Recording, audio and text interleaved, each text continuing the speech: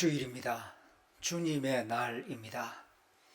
하나님이 천지 만물을 6일 동안 창조하시고 7일째는 쉬셨습니다.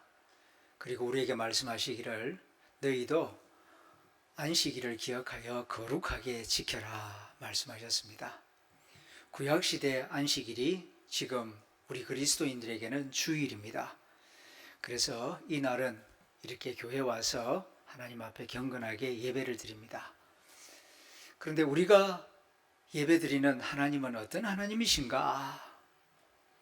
자주 우리는 거룩하시다, 하나님은 거룩하신 하나님이시다 라고 고백합니다.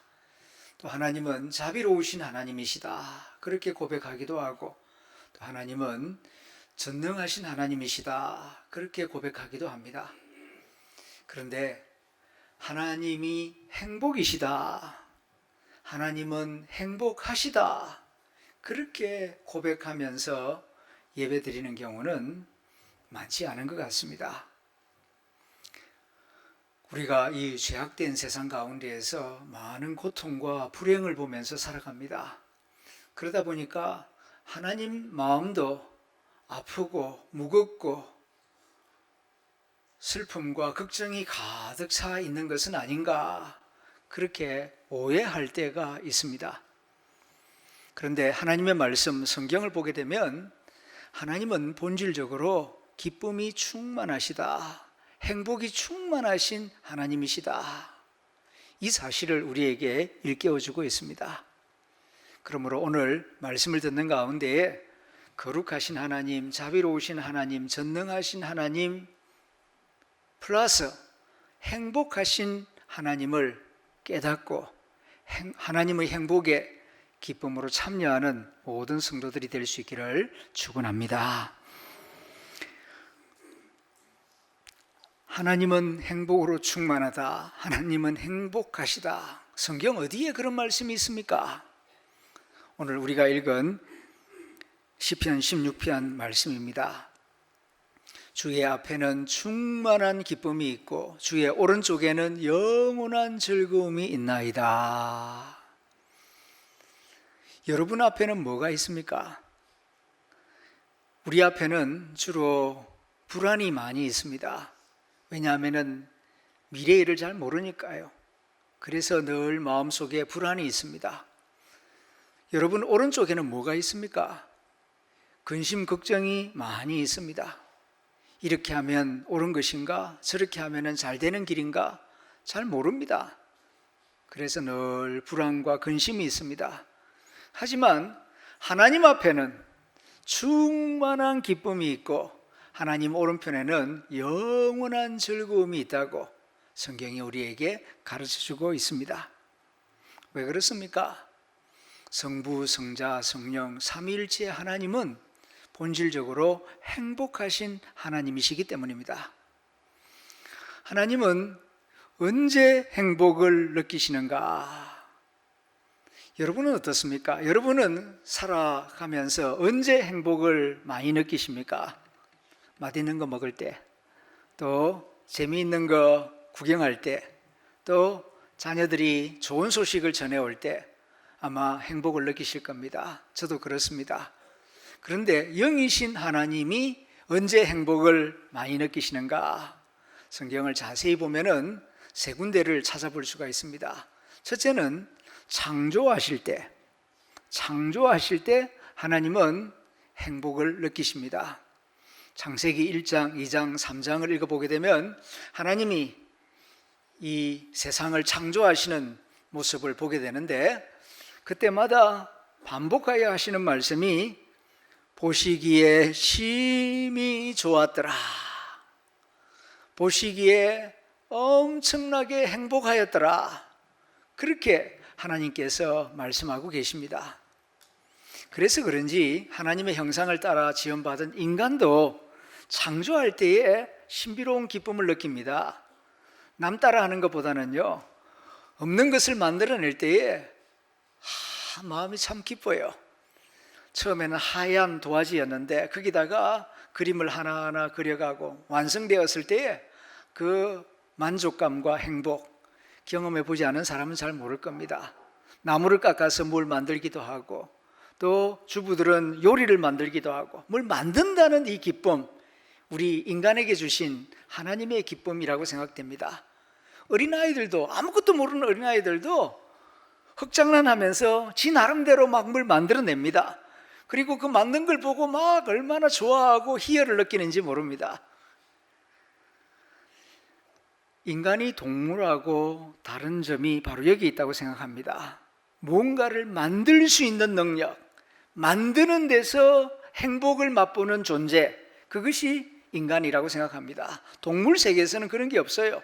그냥 본능만 있을 뿐이지 뭘 없는 것을, 새로운 것을 만드는 그런 일도 없고 또 그런 행복도 없는 것 같습니다.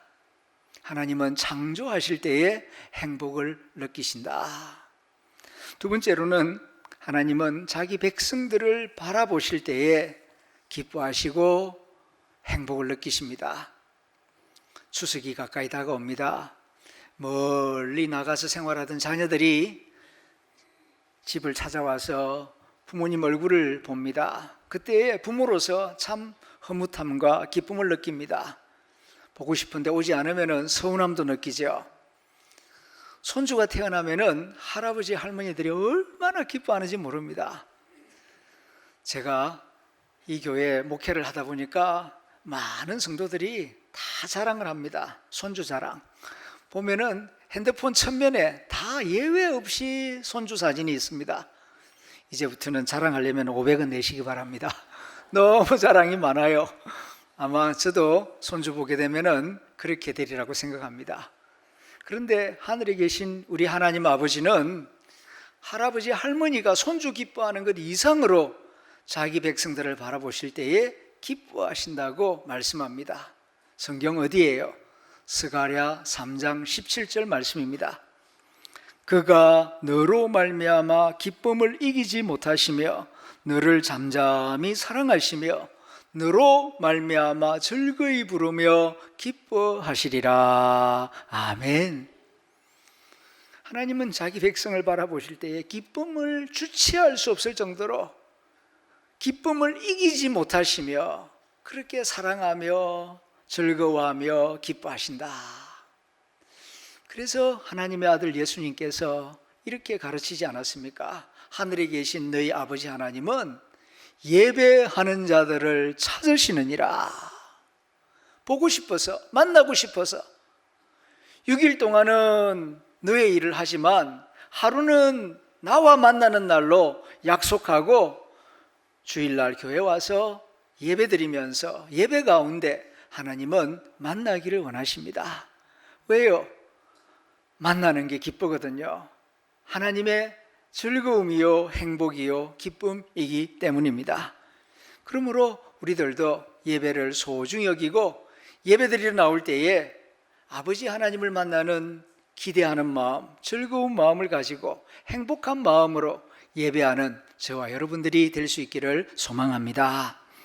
세 번째로는 회개하고 돌아오는 사람을 보면 하나님 아버지가 그렇게 기뻐하시고 좋아하십니다. 오늘 누가복음 15장 돌아온 탕자 이야기, 우리가 잘 아는 말씀 아닙니까? 참 아버지 속을 썩이고 재산도 다 날려버리고 빈털터리가 되어서 돌아온 시원찮은 아들입니다. 이 아들 사실 진심으로 회개하고 돌아온 것 같지는 않아요. 배가 고파서 돌아온 아들입니다. 그럼에도 불구하고 아버지는 묻지 않습니다. 따지지 않습니다. 가락지를 끼워라, 신발을 신겨라, 옷을 새로 입혀라, 그리고 음식을 장만해서 잔치를 하자. 돌아온 아들을 볼 때 아버지는 무척이나 반가워하고 기뻐하고 얼싸 뛸 듯이 기뻐하는 모습을 보여줍니다. 그럴 때 큰아들이 와가지고 아버지, 나는 아버지 잘생겼는데 해준 게 뭡니까? 그렇게 아주 퉁명스럽게 말을 하지 않습니까? 그런데도 아버지는 기쁨을 빼앗기지 않습니다. 예, 내가 가지고 있는 거 다 네 거 아니냐? 그러나 네 동생은 죽었다가 살아왔다. 그러니까 함께 기뻐하고 즐거워하는 것이 마땅하지 않느냐 하면서 아버지 안에 있는 기쁨과 행복을 그 아주 삐딱한 큰아들에게도 부어주시면서 들어가자. 우리가 마땅히 기뻐하고 즐거워해야 하지 않겠느냐. 이렇게 기쁨으로, 행복으로, 잔치의 자리로 큰아들을 초대하는 모습을 보게 됩니다. 아버지의 행복을 빼앗아 갈 자는 아무도 없어요. 이렇게 아버지 마음 안에는 기쁨과 즐거움과 행복이 가득합니다. 예수님도 말씀하셨습니다. 죄인 한 사람이 회개하면 하늘에서는 의인 99으로 말미암아 기뻐하는 것보다 더할 것이다. 그러면서 하나님께로 돌아오기를 지금도 기다리고 계시고, 돌아올 수 있도록 전도하고 권면하는 성도들이 있으면 그렇게 고맙게 생각한다는 것입니다. 사도 바울은 하나님의 나라가 어떤 나라인가에 대해서 로마서 14장 17절에서 가르쳐 줍니다. 하나님의 나라는 먹고 마시는 것이 아니요 오직 성령 안에서 의와 평강과 희락이라. 하나님의 나라의 속성에 대해서 가르쳐 주는 단어 가운데 희락이라고 하는 단어가 있어요. 하나님 나라는 기쁨의 나라이다, 행복의 나라이다. 어떻게 해서 하나님의 나라가 행복의 나라일까요? 풍요로워서요? 물론 그런 면도 있겠지요. 그런데 하나님 나라가 기쁨의 나라가 되는 이유는 하나님 자신이 기쁨이기 때문입니다. 성부, 성자, 성령, 삼위일체 하나님은 기쁨이 가득하고 행복이 가득해요. 왜 성부, 성자, 성령 하나님은 그렇게 기쁨이 가득할까? 저 혼자 생각하면서 책을 읽으면서 나름대로 깨달은 것인데요, 겸손하셔서 그런 것 같아요. 성부, 성자, 성령 하나님은 참으로 겸손하십니다. 그러니까 모든 것이 다 감사해요. 모든 것이 감사이기 때문에 항상 행복할 수 있다는 것입니다. 성부, 성자, 성령 하나님이 겸손하시다고요? 이거 잘 이해가 되지 않을 겁니다. 하나님 겸손하신 증거가 뭐냐? 저는 그렇게 생각합니다. 성부, 성자, 성령 하나님의 우정이 영원하다는 것을 보면서 성부, 성자, 성령 하나님은 겸손하시다. 여러분, 사람들을 한번 가만히 살펴보세요. 겸손한 사람의 특징이 있고 교만한 사람의 특징이 있어요. 겸손한 사람의 뚜렷한 특징 중에 한 가지는 우정이 오래 간다는 사실입니다. 틀림없습니다. 겸손한 사람은 우정을 오래오래 지속시킵니다. 겸손하지 않고서는 그 우정이 그렇게 오래 지속될 수가 없어요. 그런데 성부, 성자, 성령 삼위 하나님은 셋이면서 하나이신데 어떻게 그렇게 셋이면서 하나를 이루어서 1년도 아니고 100년도 아니고 영원토록 우정을 지속하며 우리를 다스리시고 우리를 구원하실 수 있을까? 겸손하시기 때문이에요. 성부 하나님은 겸손하셔서 아들을 드러내시고 성령을 나타내 보이십니다. 예수님은 자기를 드러내시기보다는 아버지의 영광을 드러내고 성령의 역사를 강조합니다. 성령도 자기를 드러내는 게 아니라 성부 여호와 하나님과 성자 예수님께 영광을 돌립니다. 자기 욕심, 자기 영광을 위하여 사는 게 아니라 성부, 성자, 성령은 각각 다른 삼위 하나님을 위하여서 역사하는 것을 보게 됩니다. 이렇게 겸손하시기 때문에 범사에 감사할 수 있고 범사에 감사하기 때문에 항상 행복이 가득하다. 그래서 하나님의 나라는 희락의 나라, 기쁨의 나라, 행복의 나라인 것입니다. 하나님은 행복이시다라고 하는 이 사실을 아는 것은 우리 신앙생활에 매우 중요한 의미가 있습니다. 왜냐하면 교회를 다닌다, 성경을 읽는다, 예배를 드린다 할 때에 중요한 목표 중에 한 가지는 하나님을 더 깊이 알아가는 데 있습니다. 우리가 믿는 하나님, 우리가 섬기는 하나님은 어떤 하나님이신가? 하나님을 더 깊이 온전하게 알아갈 때에 우리는 우리 자신이 어떤 존재인가를 더 깊이 올바르게 이해할 수 있게 되고 삶의 바른 방향을 찾아갈 수가 있습니다. 하나님을 아는 지식과 인간을 아는 지식은 분리되어 있지 않습니다. 긴밀하게 연관되어 있어요. 지금까지 우리는 하나님은 거룩하시다, 하나님은 자비로우시다, 하나님은 전능하시다 이렇게는 알았지만 하나님은 행복하시다 하는 사실은 잘 모르고 살아온 듯합니다. 하나님은 행복하십니다.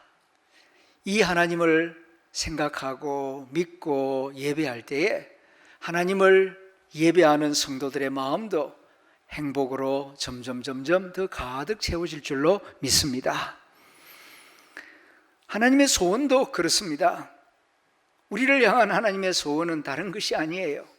우리가 행복하기를 바라시는 것, 이것이 하나님의 소원입니다.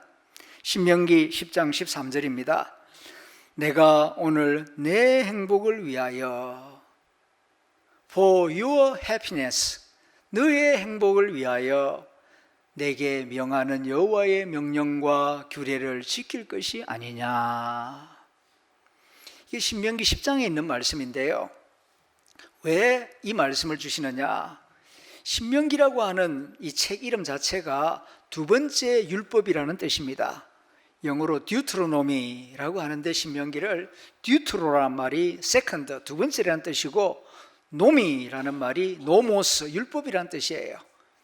하나님의 율법을 두 번째 다시 한번 설교하는 내용이 신명기라고 하는 성경책인데 왜 이렇게 두 번이나 하나님의 율법을 길게 말씀하시는가?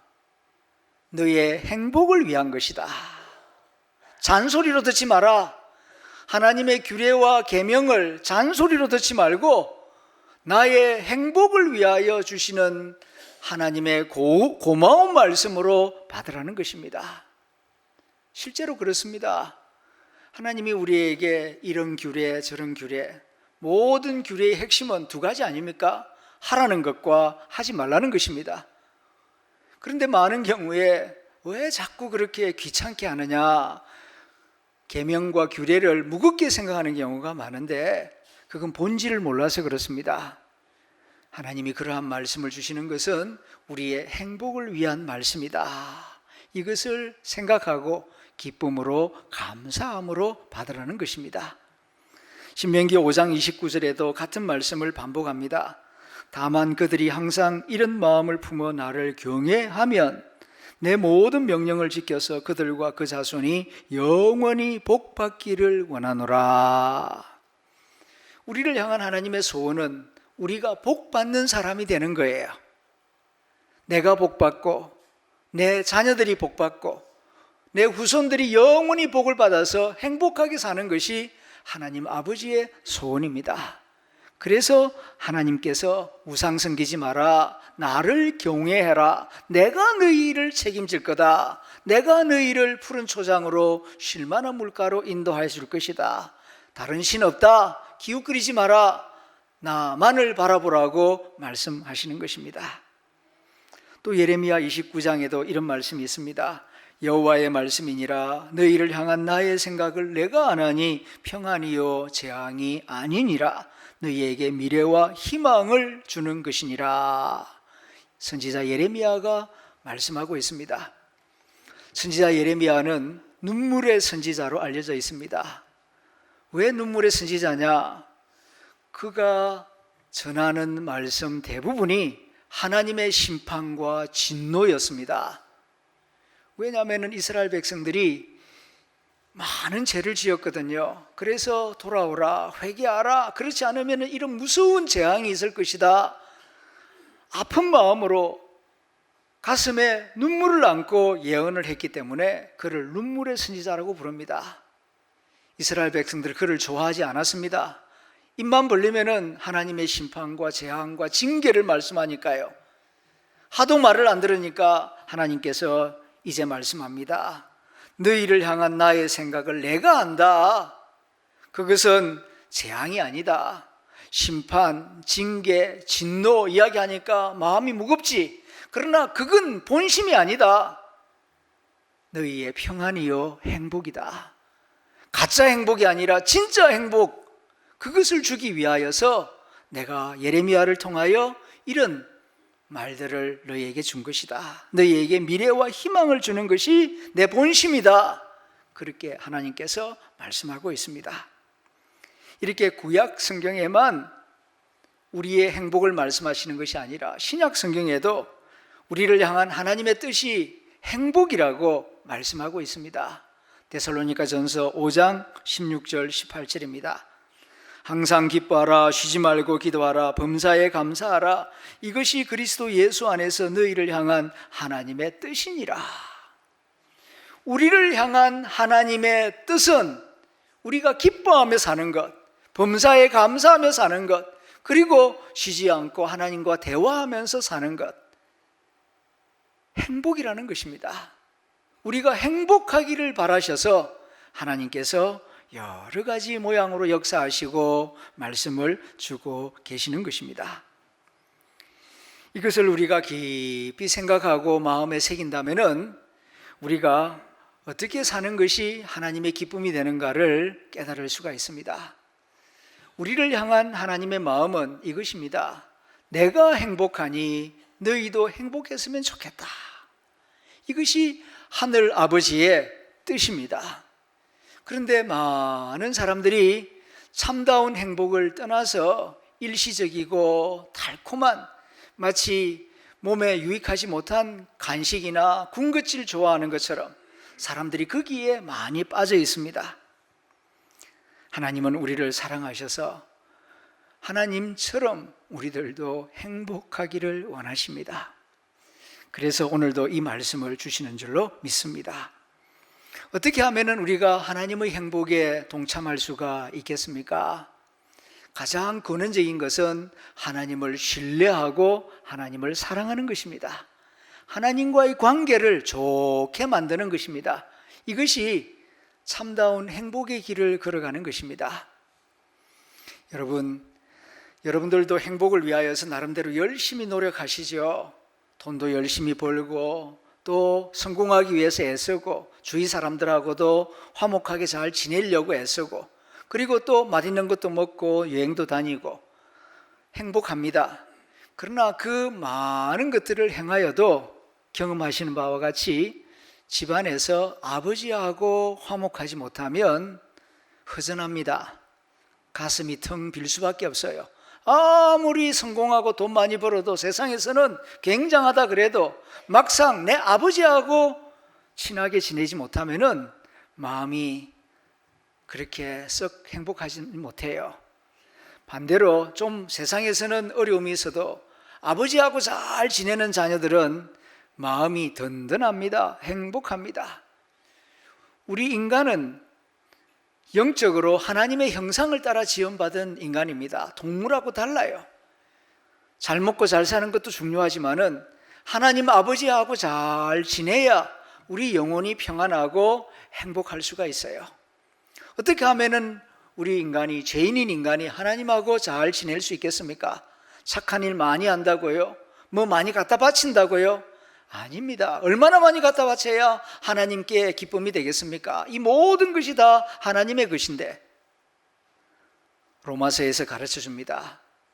하나님 아버지가 보내주신 그 독생자 예수 그리스도를 믿고 따르면은 그 작은 믿음 보시고 하나님은 우리의 모든 죄를 용서해 주시고 그 믿음 안에서 하나님 아버지와 화목하게 된다고 말씀해 주고 있습니다. 그러므로 예수 그리스도를 믿을 때에 하나님 아버지와 화목하게 되고 평화를 누리게 되고 즐거움을 누릴 수 있다는 사실입니다. 두 번째로는 아버지의 행복을 따라가는 것입니다. 내 행복을 따라가는 것이 아니라 아버지의 마음, 아버지의 가치관을 따라가는 것입니다. 지난주 설교를 기억하십니까? 사람이 언제 불행해지는가? 돌아온 탕자 이야기를 묵상하면서 인간이 불행해지는 경우 세 가지를 말씀드렸습니다. 첫 번째로는 감사를 잊어버릴 때입니다. 아무리 좋은 것 많이 가지고 있어도 당연하게 생각하는 사람은 불행해질 수밖에 없어요. 당연하게 생각하면 감사 없고요. 감사 사라지면은 아무리 좋은 것을 많이 가져도 외로울 수밖에 없고 불만스러울 수밖에 없습니다. 감사를 잃어버릴 때 불행에 빠집니다. 두 번째로는 자유의 의미와 가치를 알지 못할 때에 불행의 길로 빠지게 되어 있습니다. 자유의 참된 가치와 의미는 사랑하는 데 있습니다. 육신의 쾌락을 위하여 자유를 쓰게 되면은 이 당자처럼 결국은 허무감에 빠지고 비참함에 빠질 수밖에 없습니다. 우리가 사는 사회 가운데에서 자유가 뭡니까? 세 가지예요. 첫째, 건강이 자유예요. 건강한 만큼 자유할 수 있습니다. 병들면 자유하기 어렵죠. 두 번째, 돈이 자유입니다. 돈 없으면 자유하기 어려워요. 엄연한 현실입니다. 세 번째로는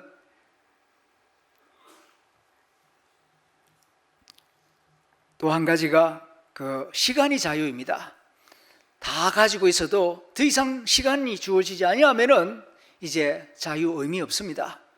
이렇게 시간과 돈과 건강이 자유인데 이 세 가지를 어디다 쓰느냐? 육체의 즐거움을 위해서 쓰느냐? 아니면은 생명을 살리고 사랑을 실천하는 데 쓰느냐? 거기에 따라서 내 삶의 의미와 가치와 미래가 달라지게 되어 있는 것입니다.